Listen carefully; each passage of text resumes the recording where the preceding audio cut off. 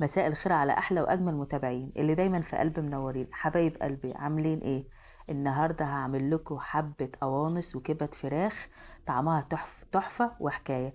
يلا بينا، هنسمي بالله ونصلي على الرسول ونبدا مع بعض. هنا بقى انا عندي حبه زيت. الاول هنا هحط القوانص الاول. انا هنا بختبر الزيت بتاعي سخن ولا لا. لو كان سخن هنزل بباقي القوانص بتاعتي، لو كان بارد مش هينفع هنزل بيها عشان ما تنزلش السوائل بتاعتها. طبعا كلنا عارفين المعلومه دي.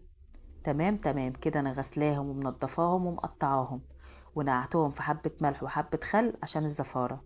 يبقى احنا كده معانا القوانص بتاعتنا هنحطها الاول.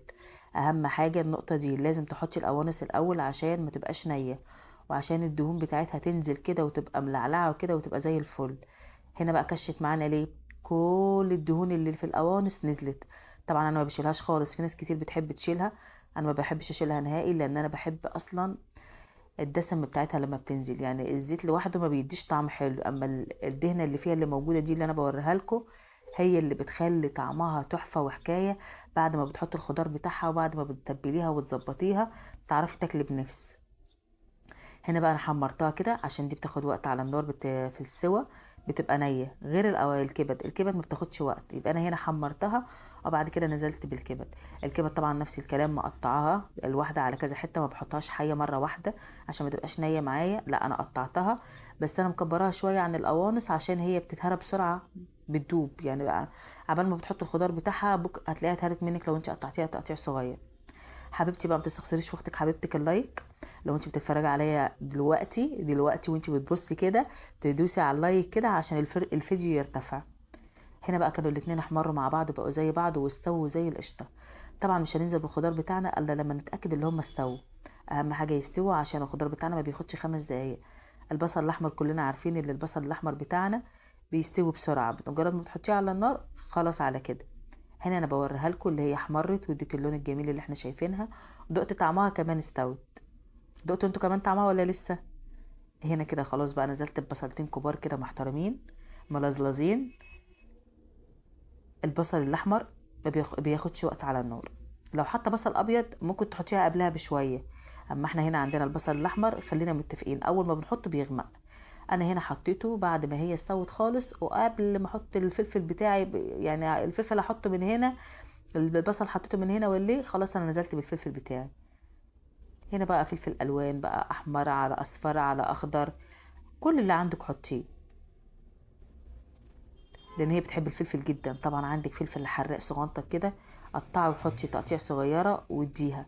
ما عندكيش خلاص، بس هي بصراحه بتبقى تحفه وجميله لما بتبقى مشطشطه، بس انا حكم عليا ما احط الشطه. يلا حكم الاول على الضعيف. هنا بقى انا قلبتهم كده، اجيب اللي فوق تحت واللي تحت فوق. مش هتاخد معايا 5 دقايق. هتبص هتلاقي كل الخضار ده دبل معايا ونزل الارض كده خلاص، ما بقاش موجود. 5 دقايق وهتلاقي نفسي خلاص الاكل استوى وبقى طعمه تحفه وحكايه.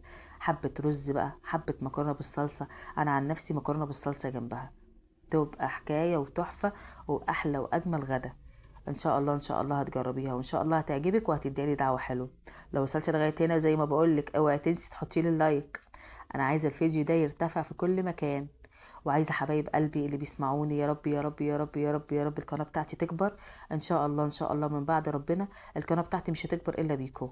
الكل اللي بيتفرج على الفيديو لو هيدوس اشتراك وهيدوس لي لايك بجد بجد القناه بتاعتي هتبقى في حته تانية. يبقى يا رب يبارك لكم ويسعدكم يا رب. ودعوة حلوة بقى، كومنت حلو كده وكلمتين حلوين يشجعوا اختكم حبيبتكم اختكم حبيبتكم. نزلت بقى فلفل اسود في بتاع ده كزبرة، ملح، اي بهارات عندك انزلي بيها. هي مش هتقولك لا، بس هو الاساس عندنا الفلفل الاسود ده ملك البهارات، وحبة كزبرة موجودين عندي حطيتهم وخلاص على كده. هنا بقى كانت دبلت معايا زي ما انتوا شايفينها كده وادتنا الريحة واللون والطعم. يعني بصراحة خرافة من الآخر، مختلفة وجميلة جدا. لو ما جربتهاش هتندمي. بالله العظيم لو ما جربتي الطريقة دي هتندمي، ولو جربتيها هتعتمديها عندك ومش هتبطلي تعمليها. لأن بجد أنا من ساعتها أي حاجة بعملها بالطريقة دي.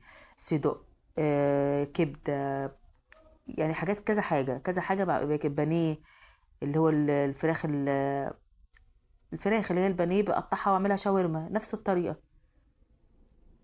ايه رأيكم بقى في الجمال والحلاوة والألوان؟ في أحلى ولا أجمل من كده؟ قربتها قدامكم شوية عشان تزغلل في عينيكوا. لو وصلت لغاية هنا يبقى أكيد عجبك الفيديو، ومش هتستخسري في أختك حبيبتك اللايك. يلا باي باي يا حبايب قلبي، فيديو جديد إن شاء الله. وكل ما هشوفكم كل ما هدلعكم. يلا بألف هنا وشفا، باي باي يا حبايب قلبي، فيديو جديد إن شاء الله.